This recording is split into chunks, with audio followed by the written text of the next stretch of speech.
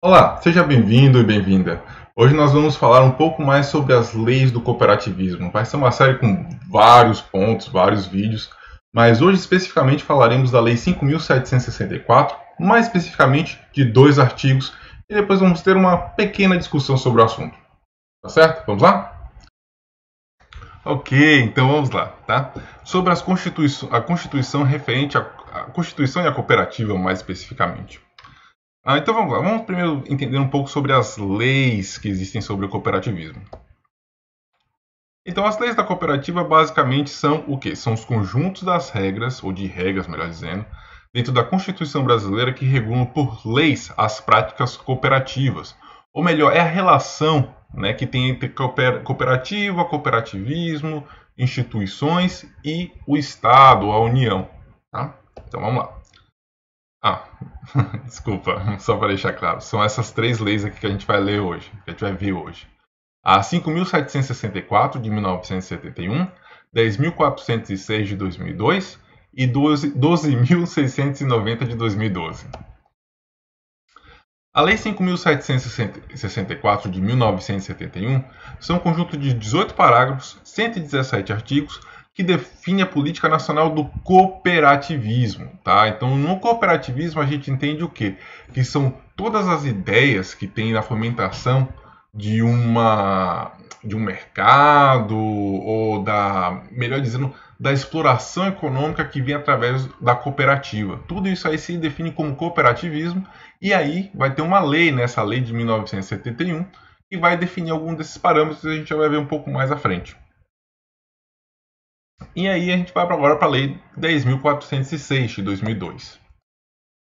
A Lei 10.406 de 2002 é a Lei de Introdução às Normas do Direito Brasileiro. Ela não é especificamente, ao contrário da lei prévia que a gente acabou de ver, uma lei voltada para a cooperativa ou para o cooperativismo. Essa é uma lei que define as diretrizes, né, as normas, a introdução do direito brasileiro. O que significa? Significa que são leis, ou melhor, regras, que estão estipulando o que é uma empresa, como é que o Estado brasileiro, como é que a União, ela vai ver que uma empresa é uma empresa, que uma cooperativa é uma cooperativa, o que é um domicílio. Então, ele vai estabelecer regras para identificar certas coisas. E dentre várias dessas coisas que são identificadas nessa introdução às normas do direito brasileiro, ela vai identificar a cooperativa. Nessa lei, né, ela vai ter alguns pontos, né, são os pontos referentes à cooperativa. Uma delas, como vocês devem estar vendo aí, né, é o título 2, capítulo único, que vai definir sobre empresas. E praticamente essa lei ela vai falar o quê? Ela vai falar o que é uma empresa. E dentro desse ponto, se não for isso aqui numa empresa e é uma cooperativa, tem que ser dessa forma. Isso aí a gente vai ver em outro ponto, em outras mais para frente, tá? Ainda no título 2, no capítulo 7, da sociedade cooperativa. Então, essa lei ela vai explicar o quê? O que é uma sociedade cooperativa. E aí, esse é o ponto mais específico para a gente aqui, que quer entender um pouco mais sobre cooperativa. No título 3, capítulo 2, do nome empresarial. Basicamente, essa lei vai estipular como é que as empresas podem definir um nome fantasia ou um nome legal, né, do CNPJ. E está falando que a cooperativa, ao fazer qualquer tipo de nome legal sobre cooperativa, ela tem que dar o nome cooperativa. Então, por exemplo, se você tem uma táxi, né, táxi amigos, se esse táxi amigos é uma empresa privada, ela pode ser só táxi amigos, mas se for uma cooperativa, ela tem que ser táxi cooperativa amigos ou táxi amigo cooperativas, mas o nome cooperativa tem que estar incluído dentro do registro e de como ela está sendo mostrada para a sociedade, ok? E a última lei, a Lei 12.690 de 2012. Essa lei ela é mais específica para o quê? Para as cooperativas de trabalho. São 5 capítulos, 30 artigos e dispõe sobre a organização do funcionamento das cooperativas de trabalho, como elas vão ser feitas, como elas vão ser criadas. É uma lei específica, porque existem algumas coisas que a gente vai ver no decorrer, né, de alguns vídeos que vão vir aí. Como é que a cooperativa funciona e como é que isso aí pode se dar numa relação sobre identificar o que é uma cooperativa de trabalho de fato. Tá? Porque pode existir algumas coisas dentro da área jurídica que pode até desconfigurar isso aí. Ou, melhor dizendo, configurar. Tá? Detalhe que essa lei ela não pode entrar em conflito com as leis 5.764 e com a lei 10.406. Se você está um pouco curioso para entender um pouco sobre a hierarquia dessas leis, né? Se você vem dessa escola, a hierarquia seria mais ou menos assim. A lei 10.406 de 2002, ela é uma lei geral, então é uma lei de importância hierárquica maior. A lei 7.604 de 71, ela seria uma lei que teria que respeitar essa lei 10.406. E a lei 12.690 seria a menor de todas em termos da hierarquia.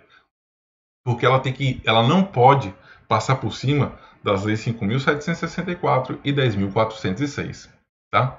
Obviamente que essas leis todas elas são uma grande introdução, né, uma bem genérica, né, sobre o que são essas leis referentes à cooperativa.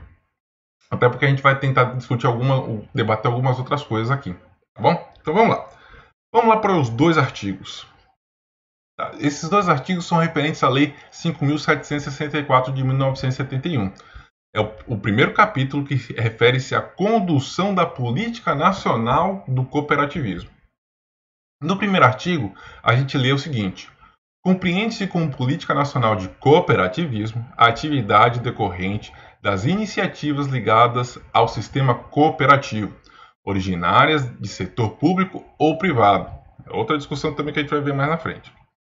Isoladas ou coordenadas entre si, também outra discussão, desde que reconhecido seu interesse público, ou seja, o Estado brasileiro, né, ou as leis que regem o Estado brasileiro, elas só vão identificar tal empreendimento como cooperativa no momento que ela é reconhecida como de interesse público, ou seja, você respeita todas as leis da cooperativa, você vai receber do Estado a cunha de cooperativa e a partir disso você pode entrar nos diversos programas que fazem parte do fomento de política nacional do cooperativismo, ok?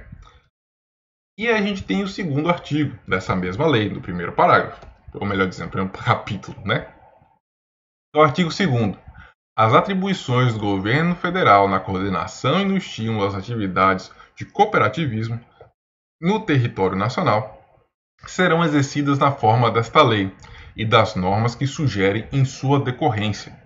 Ou seja, qualquer modificação que tenha que ser feita ou que vai poder ser atribuída, não se pode formar uma nova lei. Ela vai, em termos de lógica, né, ela teria que se formar a partir dessa lei. Ou seja, você pode realizar reformas, mas não mudança, né? E aí a gente vai ter o parágrafo único dessa lei logo após o segundo artigo. Parágrafo único. A ação do poder público se exercerá principalmente mediante prestação de assistência técnica e de incentivos financeiros e creditórios especiais necessários à criação, desenvolvimento e integração das entidades cooperativas. Ou seja, é responsabilidade do Estado fomentar a criação e o desenvolvimento de cooperativas e do cooperativismo no Brasil. Tá? Faz parte da responsabilidade do Estado. Se você sabia disso, mas se você tem uma ideia de cooperativa de interesse público, cidade, estado e município, né, eles teriam que ter um interesse em investir nesse tipo de empreendimento. Isso é muito interessante para algumas coisas que a gente vai começar a falar um pouco mais lá na frente. Bom, e o que isso acontece? Né? Onde é que a gente poderia ver esse tipo de fomentação, especialmente no incentivo financeiro para a criação de cooperativas ou para a manutenção e coordenação dessas cooperativas? Isso aí teria que vir através de bancos, né? E aí nessa ideia de privatização, né, teria que existir um programa, né, que contemplaria as cooperativas. E até agora não está tendo nenhum tipo de conversa nesse tipo de situação agora em 2020. Mas vamos lá, né? Então, quais são os bancos nacionais? É o BNDES, é o Banco do Nordeste, é o Banco do Brasil, é a Caixa Econômica Federal, são os bancos estaduais, os que sobreviveram da década de 90, e outros. Outros seriam tipo ou bancos privados, tipo Itaú, e também isso aí é uma conversa à parte, e ou próprias instituições financeiras cooperativas, né, ou cooperativas de créditos que poderiam estar tentando fomentar esse tipo de política também, com apoio governamental, ou não. Isso aí, como eles são separados, né, eles têm uma separação, uma independência do governo federal, eles têm. O problema aqui nesse ponto dos bancos é porque eu, pelo menos ao pesquisar, não vi muita coisa dentro de fomentação do cooperativismo nos bancos. O que eu vi ali, né, ao pesquisar todos esses bancos federais, né, esses bancos de instituições públicas, é que basicamente ou a instituição ela fomenta a cooperativa agrária, ponto. Ela ajuda este tipo de cooperativa, o que não é ruim, muito pelo contrário, é muito bom, mas precisava expandir para uma coisa que seja realmente cooperativa. E as informações não são muito claras para mim, para ser bem sincero. Eu fui tentar olhar, é meio difícil de você conseguir encontrar nesses bancos qualquer coisa que, né, fique claro e seja fácil de você navegar e entender todo o processo, tá? E aí, na questão das políticas, né? O que acontece? Quais são algumas das críticas que a gente pode ter? Entendendo que a lei, né, ela está aí estabelecendo que o poder público se faz necessário, não só se faz necessário, mas ele é atuante na fomentação de criação de cooperativas, e ele também, o próprio Estado, né, a força do Estado, o poder estatal, ele está ali também no melhor sentido de fomentar. A gente vê o quê? A gente vê que, por exemplo, as cooperativas, né, todo o programa de cooperativa, ele está centrado, na sua maior parte, no Ministério da Agricultura. Devia estar na pasta da economia. Na pasta da economia você tem uma informação ou outra, mas eu não consegui ver nenhuma secretaria dentro do Ministério da Economia. Se existe, eu não consegui achar. Então, o que acontece? Acontece que as políticas públicas elas estão limitadas à experiência agrária, né? Que, diga-se de passagem, é a força da cooperativa brasileira. Isso aí não é nenhum demérito, muito pelo contrário. As grandes conquistas da cooperativa do Brasil durante sua história, elas vêm advindas da experiência agrária. Mas, né, como política nacional, você não se pode se prender esse tipo de desenvolvimento somente à experiência agrária.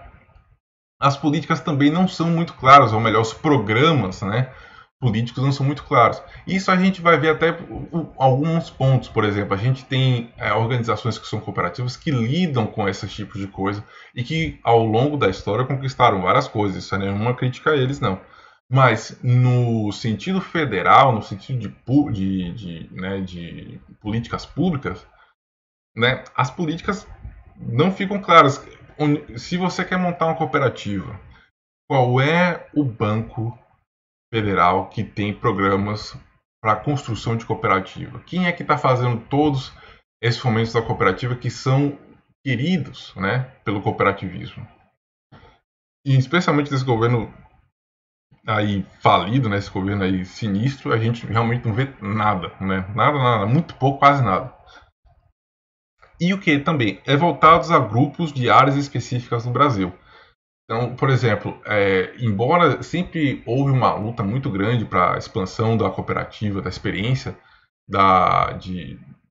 de trabalho cooperativo dentro do Brasil, a gente não só vê que ela está restrita muito à área agrária, mas também ela está muito presa a Sudeste, especialmente Sul e Centro-Oeste. Então, por exemplo, você tem as áreas do Norte e do Nordeste e você, sabe, você tem lá muita gente, você tem gente competente e tal, mas eu nunca vi um programa governamental que busca expandir, democratizar o acesso à informação, o acesso a crédito, mas eu também nunca vi nada que fosse de forma a expandir a experiência e o uso, né, do cooperativismo, das cooperativas no Norte e Nordeste. Ainda é muito restrito no Brasil esse tipo de prática econômica, infelizmente, né? Vamos lá. E a gente vai ver o que necessita, o que é necessário aqui. Bom, existem algumas coisas, isso é que é a parte da discussão. Agora que a gente entende que existem leis, né, algumas dessas leis aí você pode buscar aí para você ler ponto a ponto, porque aí, isso aí são vídeos que vão vir para frente para discutir vários desses pontos. A gente só discutiu 2 artigos hoje de uma lei, de um capítulo, né? Então, o que é necessário, né? Dentro desse apanhado geral de política nacional, né? Então, eu identifiquei 3 coisas, tá? 2 coisas que são, para mim, fatos que precisam ser feitos e uma terceira coisa que precisa ser discutido, tá? Então, vamos lá. 3 coisas são necessárias em relação às políticas referentes de cooperativismo. Em relação ao artigo 1 e 2. Fazer valer a lei através de programas que possibilitam tais artigos de serem cumpridos. Todos os governos, sem exceção, a partir destes artigos, não conseguiram criar programas que satisfaçam as premissas básicas da Lei 5.764 de 1971. O que eu estou tentando explicar? O que eu estou tentando dizer ao falar que precisa se valer? Porque se existe dentro da lei, né, vamos aqui tentar entender um pouquinho mais, né? Vou mudar a câmera.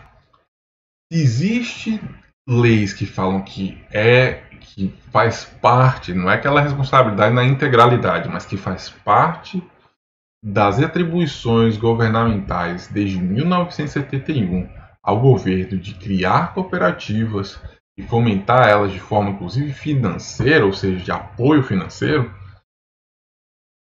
o que acontece? Isso aí não se reflete no plano nacional.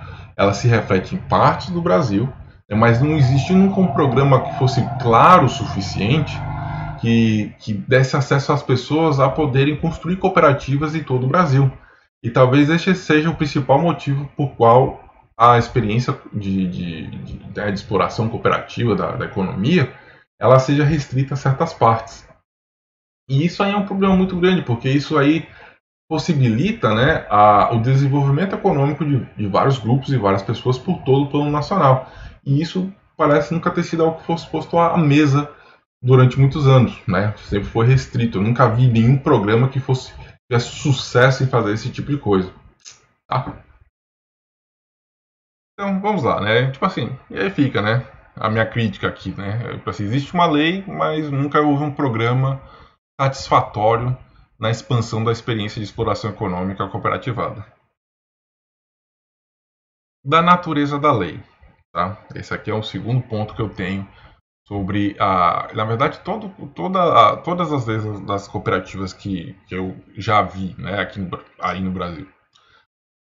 As leis que estabelecem a cooperativa são de natureza coletiva. Então, normalmente, quando a gente fala de natureza de lei, a gente fala de hierarquia.